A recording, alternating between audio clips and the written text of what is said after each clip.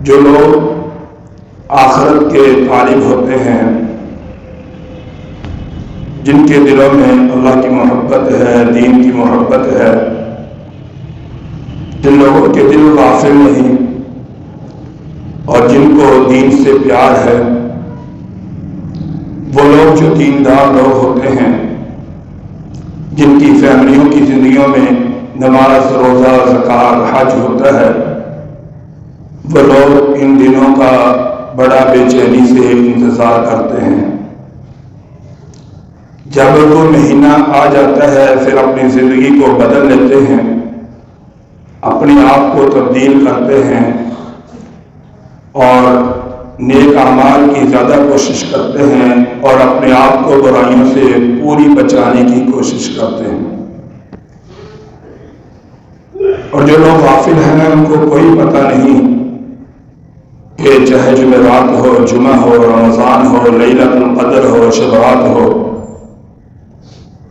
ان کی توجہ ہی نہیں ہوتی ایسی چیزوں کی طرف کہ وہ کچھ اچھا کر کے اللہ کے پاس جا کر وہ اپنا مقام حاصل کر لیں۔ میرے بھائیو، ہر انسان کی انتہا ہے، ہر انسان نے اللہ کے پاس جانا ہے، چاہے کوئی غریب ہے، چاہے کوئی امیر ہے، کوئی طاقتور ہے، کوئی صحت مند ہے، کوئی بیمار ہے، مرنا ضرور ہے، اللہ کے پاس جانا ضرور ہے۔ لیکن اگر وہاں قبر میں روشنیاں مل گی، خوشبوئیں مل گی، اللہ کی رضا مل گئی تو کامیابیاں ہی کامیابیاں ہیں۔ اگر وہاں جا کر رب نے رخ موڑ لیا اور اعمال کام نہ آئے، قبر کے اندر اندھیرا ہوا، سانپ بچھو ہوئے، تو تباہی ہے۔ اس لیے انسان کو اپنی زندگی کو قیمتی بنانا چاہیے اور اپنے آپ کو بدلنے کی کوشش کرنی چاہیے۔ حضور صلی اللہ علیہ وسلم رمضان المبارک کے مہینے سے پہلے ایک خطبہ دیا کرتے تھے اپنے صحابہ کو اور سمجھاتے تھے۔ یہ سمجھانا اور سمجھنا یہ ہماری زندگی کا ایک بہت بڑا ایک حصہ ہے۔ جو لوگ باتیں وعظ و نصیحت سنتے ہیں ان کی زندگیاں تبدیل ہوتی ہیں، اور جو کسی کی بات نہیں لیتے، کسی کی بات نہیں سنتے، وہ جیسے کہ ہے ویسے کہ ہی رہتے ہیں۔ آپ صلی اللہ علیہ وسلم سارے صحابہ کو اکٹھا کرتے اور ایک واعظ فرماتے، یا ایھا الناس، اے لوگو، قد اظلکم شہر عظیم، ایک بہت بڑا مہینہ تمہارے پاس آ رہا ہے۔ عظیم کہا گیا یعنی بہت بڑا مہینہ ہے، اس کی مثل ہی کوئی نہیں۔ یہ مہینہ کسی نبی کو نہیں ملا، کسی امت کو نہیں ملا۔ روزے رکھے پہلے نبیوں نے، کسی نے محرم کا رکھا، کسی نے 12، 13، 14 کے رکھے، 13، 14، 15 کے رکھے، کسی نے زیادہ بھی رکھے، 2 مہینوں کے روزے بھی رکھے، لیکن رمضان المبارک کا مہینہ اس امت کو ملا بس۔ اور یہ بہت بڑا اس امت کے اوپر احسان ہے۔ اللہ تعالیٰ نے حضور صلی اللہ علیہ وسلم کے صدقے سے اس امت کو بہت کچھ دیا۔ پہلے لوگ جب زکوٰۃ دیتے تھے نا یا قربانی دیتے تو وہ پہاڑوں کے اوپر رکھاتے، جس کا حلال کا مال ہوتا آسمانوں سے بجلی آتی اور جلا کے راکھ کر دیتی، جس کا حرام کا مال ہوتا اس کو کچھ بھی نہ کہتی اور لوگوں کے عیب لوگوں کے سامنے ظاہر ہو جاتی۔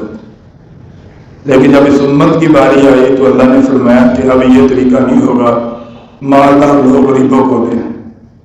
پتہ ہی نہیں، اللہ جانے، دینے والا جانے وہ کیسا ہے کیسا نہیں، وہ اللہ کا اور اس کا معاملہ ہے۔ اس امت کے اوپر اللہ نے جو بڑا احسان کر دیا، پردہ ڈال دیا گناہوں کے۔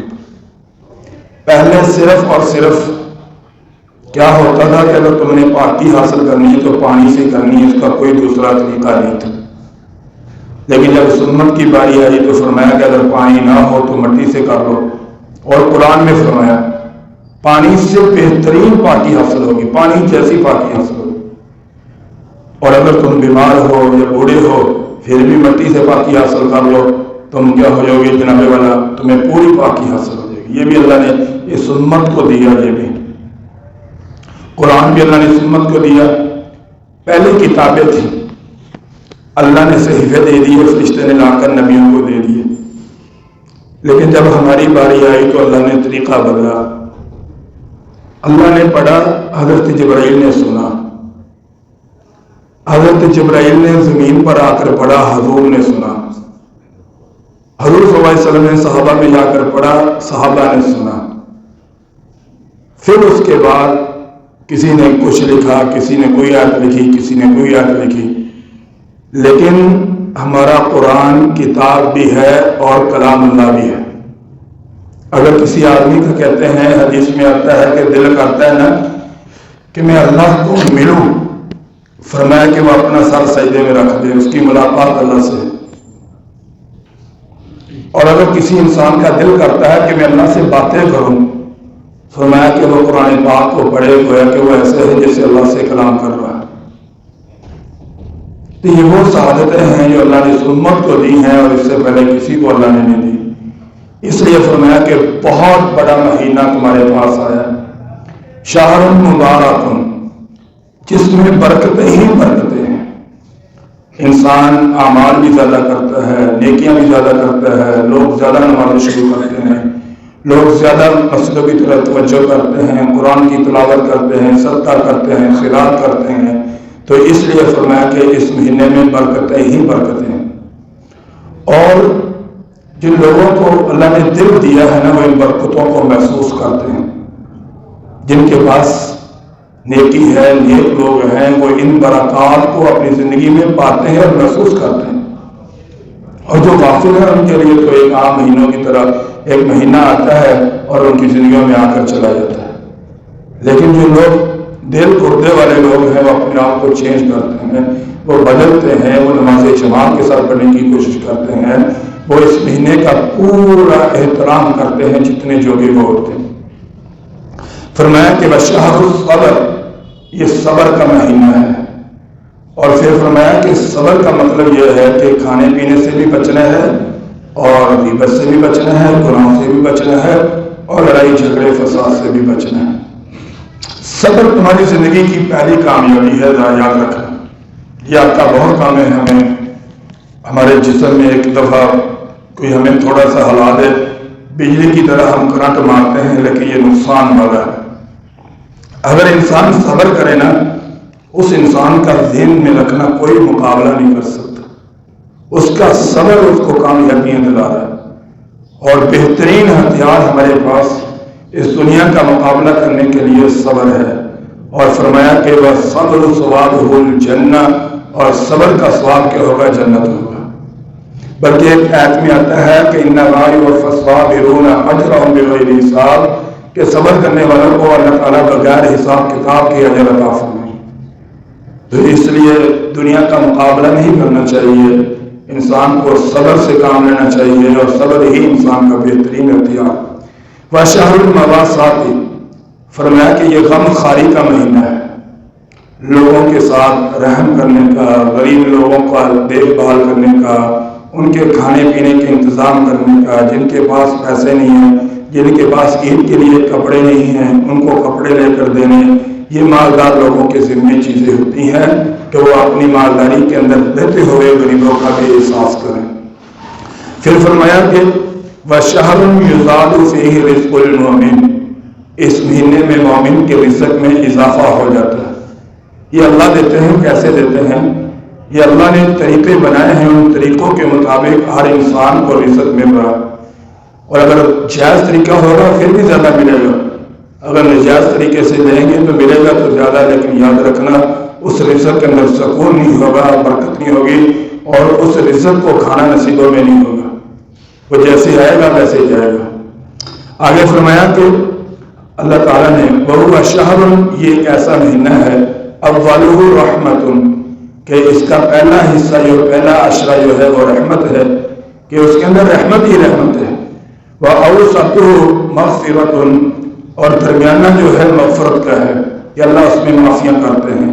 وَآخِرُهُ عِتْقٌ مِّنَ النَّارِ، اور جو آخری عشرہ جو ہے وہ آگ سے آزادی کا ہے، یعنی اللہ تعالیٰ پہلے مہینے میں رحمتوں کی بارش، دوسرے مہینے میں اللہ تبارک و تعالیٰ مغفرت، دوسرے عشرے میں مغفرت، اور تیسرے عشرے میں اللہ تعالیٰ کی طرف سے جو ہے آگ سے جو ہے ٹکٹ ملتے ہیں آزادی کے۔ تو میرے بھائیوں آگے فرمایا وَمَنْ خَفَّفَ عَنْ مَمْلُوكِهِ فِيهِ، اگر تمہارے ماتحت نوکر ہیں، تمہاری دکان پہ کام کرتے ہیں، یا تمہارے ساتھ زمیندارہ کرتے ہیں، یا گھر میں ہیں، فرمایا کہ ان کو روزوں کی وجہ سے ان کے کام میں کمی کر دو، کہ ان کو مشقت نہ دو، نماز پڑھنے کا وقت دو، اسی طرح سے ان کو جو ہے قرآن کی تلاوت کا وقت دو، اور کام کے اندر جتنی کمی کرو گے فرمایا کہ غفر اللہ لہ، اللہ تمہیں معاف کر دے گا۔ کتنی بڑی، اور بندہ یہ سوچے کہ میں ملازموں کو کیوں کمی کروں، یہ کام کر لیں گے وہ ہو جائے گا۔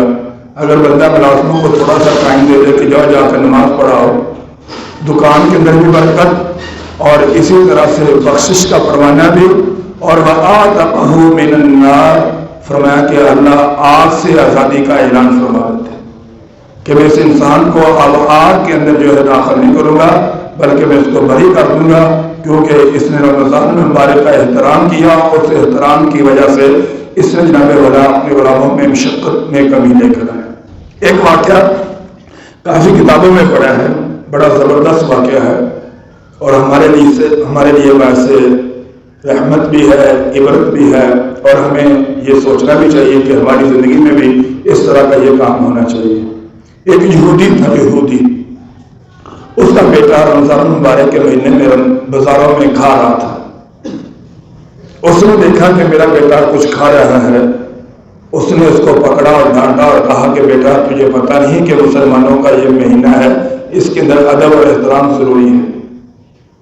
اس لیے یہ مسئلہ یاد رکھیں کہ اگر کوئی آدمی بیمار بھی ہے، یا کسی آدمی کو کوئی عذر ہے کہ وہ روزہ نہیں رکھ سکتا، یا گھروں کے اندر عورتیں روزہ نہیں رکھ سکتی، ان کو یہ ضرور بتاؤ کہ بچوں سے چھپ کر کھایا جائے۔ بچوں کے سامنے بیٹھ کر جب مائیں کھائیں گی تو بچے کی اس سے اتنا اچھا سبق نہیں لیں گے۔ اس لیے یہ ادب اور احترام ہے، اس مہینے کا یہ ایک حصہ ہے کہ اس مہینے کے اندر اگر کوئی آدمی روزہ نہیں رکھ سکتا، وہ آدمی اپنا کھانا یا پانی چھپ کر پردوں میں بیٹھ کر کھائے۔ ہمارے ہاں تو اللہ معاف کرے، شرعام سگڑ نوشی ہوتی ہے، شرعام لوگ کھاتے پیتے ہیں، کوئی ادب نہیں، کوئی احترام نہیں، کوئی پتہ نہیں کہ یہ مہینہ ہے، اس مہینے کا ادب کیا ہے، احترام کیا ہے، وجہ کیا ہے، نہ ہمیں پتہ ہے، نہ ہمیں کوئی بتاتا ہے، اور نہ ہم سیکھنے کی کوشش کرتے ہیں۔ فرمایا کہ یہ بڑی کتابوں میں، حدیث کی کتابوں میں یہ واقعہ لکھا ہے کہ وہ مر گیا، کسی کو خواب میں آیا تو پوچھا کہ بتاؤ کیا بنا تیرے ساتھ؟ فرمایا کہ کہنے لگا کہ میں جنت کی سیر کر رہا ہوں، اللہ نے میری قبر کو جنت کے باغوں میں سے ایک باغ بنا دیا۔ کہا تو نے تو کلمہ نہیں پڑھا تھا۔ کہا کہ جب میرے موت کا وقت آیا تو مجھے آواز آئی کہ تو لا الہ الا اللہ محمد رسول اللہ، اس کو پڑھ لے۔ کیوں؟ کیونکہ تو نے رمضان کا احترام کیا، اس کی وجہ سے اللہ تیرے لیے کلمے کی توفیق دے رہا ہے اور تیرے لیے جنت کا اعلان فرما رہا ہے۔ کتنی آسان ہے اللہ سے جنت لینا، کتنا آسان طریقہ ہے، کہ کتنا بہترین طریقہ اللہ نے رکھا ہمارے لیے کہ ایک روزہ رکھنے والا اس کا علیحدہ مقام ہے، ادب احترام کرنا ایک علیحدہ مقام ہے۔ روزہ رکھنا تو ایک بہت بڑا عمل ہے نا، وہ تو بہت خوش نصیب لوگ یہ عمل کرتے ہیں، لیکن اگر ادب اور احترام کر لیا جائے تو یہ بھی اجر سے خالی نہیں کہ اس میں بھی اللہ کی طرف سے اجر ہے۔ ایک اور واقعہ میں نے زندگی میں پہلی دفعہ یہ واقعہ پڑھا، پھر اس کی تحقیق بھی کی، الحمدللہ 2-3 کتابوں میں اس کو تلاش کیا اور پڑھا، 2-3 علماء سے اس واقعے کے بارے میں پوچھا بھی، تو تحقیق یہی ہے کہ اللہ جانتا ہے، لیکن لکھنے والوں نے اس واقعے کو لکھا ہے۔ حضرت علی رضی اللہ تعالیٰ عنہ یہ ایک دفعہ قبرستان میں گئے، جب وہاں پہنچے تو ایک نئی قبر بنی، اللہ سے دعا کرنے لگے کہ اللہ میری اس قبر والے سے ملاقات کروا دو۔ میں ملنا چاہتا ہوں کہ اس سے پوچھنا چاہتا ہوں، سناؤ کیا گزر رہی ہے۔ کہتے ہیں کہ مجھے نیند آ گئی اور میری اس قبر والے سے جب ملاقات ہوئی، قبر سے پردے ہٹے تو وہ قبر والا کہہ رہا ہے یا علی، اے علی، انا غریق فی النار انا حریق فی النار، میں آگ میں چل رہا ہوں اور میں آگ کے اندر ڈوب گیا ہوں۔ میرے بھائیو آپ بتاؤ کون ہے وہاں جا کر جو ہمیں بچائے گا؟ بچے بچائیں گے؟ بچے تو یاد بھی نہیں کرتے۔ کچھ بچے ہیں جو قبرستان جاتے ہیں، جو تھوڑی بہت واضح نصیحت سنتے ہیں، وہ جمعے کو چلے جاتے ہیں یا عید کو چلے جاتے ہیں، ورنہ 100 میں سے ایک بچہ ہے جو اپنے ماں باپ کی قبر پہ جا کر دعا استغفار کر آتا ہے، ورنہ نہیں جاتے لوگ۔ وہ مال بچائے گا؟ نہیں بھائی۔ حضرت علی رضی اللہ تعالیٰ عنہ کو کہنے لگا کہ علی میرے لیے دعا کر دے، سفارش کر دے کہ اللہ میرے حال پر رحم کر دے۔ اس امت کے لیے اللہ نے یہ سارے ثواب رکھا ہے، ماں باپ کی دعائیں، اولاد کی دعائیں، نیک لوگوں کی دعائیں، ولیوں کی دعائیں قبول ہوتی ہیں، اللہ ان کو بخشش کرتا ہے۔ حضرت علی رضی اللہ تعالیٰ نے 2 رکعت پڑھی نماز، آنکھوں میں آنسو لا کر کہنے لگے کہ اللہ اس کی بخشش کرنا۔ کہا کہ علی یہ بڑا ظالم آدمی تھا۔ حضرت علی نے کہا کہ یا اللہ یہ کیسے ظالم تھا، کیا ظلم کرتا تھا؟ کہا کہ یہ رمضان مبارک کے مہینے کا ادب اور احترام نہیں کیا کرتا تھا، گدھوں کی طرح بازاروں میں کھایا پیا کرتا تھا اور اس کو کبھی شرم حیا نہیں آئی، راتوں کو گناہ کرتا، دن کو بے ادبی اور بے احترام نہیں تھا، مجھے اس پہ بڑا غصہ ہے۔ حضرت علی رضی اللہ عنہ کہنے لگے یا اللہ اس کے حال پر رحم فرما دے۔ کثرت کے ساتھ دعا کرنے لگے، کثرت کے ساتھ توبہ کرنے لگے، کثرت کے ساتھ استغفار کرنے لگے۔ حضرت علی بھی اللہ کی رحمت سے نا امید تھا اور مایوس نہیں ہونا چاہیے، ہمیں بھی مایوس نہیں ہونا چاہیے، ہمیں بھی نہیں سوچنا چاہیے کہ ہماری زندگی میں شاید روشنی نہ آئے، روشنی ہے۔ ہم اپنا رابطہ اللہ سے مضبوط کر لیں، ہم اپنے تعلق میں اضافہ زیادہ کر لیں۔ بیماری ہے نا، اللہ سے تعلق زیادہ کر لیں، پریشانی ہے نا، اللہ سے زیادہ دوستی لگا لیں، رزق میں کمی آ رہی ہے، اللہ کے دروازے کو اتنا کھٹکھٹاؤ کہ کبھی وہاں سے مایوس نہ ہونا اور نا امید نہ ہونا، باقی پڑے رہنا، وہیں سے سب کچھ ملے گا اور کہیں سے کچھ نہیں ملے گا میرے بھائی۔ وہ میرا رب دیتا ضرور ہے، ٹھیک ہے، کسی کو جلدی دے دیتا ہے، کسی کی تھوڑی سی دیر میں دعائیں قبول کرتا ہے، لیکن دعا ایک بھی رد نہیں ہوتی، یہ کسی کی یہاں قبول، کسی کی وہاں قبول۔ اگر 100 میں سے 100 دعاؤں میں سے ایک دعا ہماری یہاں قبول ہو جائے، 99 دعائیں نہ بھی قبول ہو تو پریشان نہ ہونا، وہ وہاں قبول کرے گا۔ یہاں ضرورت ہے، جہاں نہ میرا باپ میرے کام آئے گا، نہ میری اولاد، نہ میری بیٹی، نہ میری بیوی، نہ بچے، کوئی چیز میرے کام نہیں آئے گی، مجھے وہاں ضرورت ہوگی اور وہاں کام آئے گا۔ اس لیے بھائیو اس مہینے کا ادب کرنا، احترام کرنا، 5 وقت کی نماز پڑھنا، روزے رکھنا، اور جتنا ہو سکے اپنے آپ کو آوارہ گردی سے، گناہوں سے، بد نظری سے، غیبت سے، جھوٹ سے، فساد سے، لڑائی سے، جھگڑے سے اپنے آپ کو بچانا، دل صاف ستھرے رکھنا، ہر ایک کے لیے محبت رکھنا۔ ایک شخص آیا کہنے لگا یا رسول اللہ صلی اللہ علیہ وسلم آپ مجھے کوئی ایسا عمل کا حکم کریں جو مجھے نفع دے۔ فرمایا علیک بالصوم فإنہ لا مثل لہ، کہ تو روزے کو لازم پکڑ لے، اس روزے کی مثل اللہ کے ہاں کچھ نہیں۔ فرمایا کہ جس شخص نے روزے رکھے رمضان کے ایمان کی حالت میں، ثواب کی نیت سے اللہ اس کے گناہوں کو معاف فرما دے۔ اور فرمایا کہ جس شخص نے بغیر عذر کے روزے کو چھوڑ دیا، بغیر کسی وجہ کے، بیماری کے یا سفر کے، بغیر کسی وجہ کے روزے کو چھوڑ دیا، فرمایا کہ ساری زندگی روزے رکھتا جائے، اس روزے کا نقصان پورا نہیں ہو سکے۔ ہاں قضا کرنے سے قضا ہو جائے گی، لیکن یہ ثواب میں کمی آئی ہے، وہ اللہ نے بتایا کہ وہ کمی پوری نہیں کر سکے گا وہ انسان۔ اور حضور صلی اللہ علیہ وسلم نے بدوا دی ہے 3 لوگوں کے لیے بدوا دی۔ پہلا جو اللہ کے نبی کے نام پر درود نہیں پڑھتا، دوسرا جو اپنے بوڑھے ماں باپ کا ادب اور احترام نہیں کرتا، اور تیسرا جو رمضان المبارک کا ادب اور احترام نہیں کرتا۔ فرمایا کہ وہ لوگ تو بہت برباد ہو جائیں، اور حضور نے فرمایا آمین۔ اس لیے بھائیو اپنے آپ کو بدلیں، بس اللہ سے دعا ہے کہ اللہ ہمیں عمل کی توفیق عطا فرمائے۔ باخر دعوانا الحمدللہ۔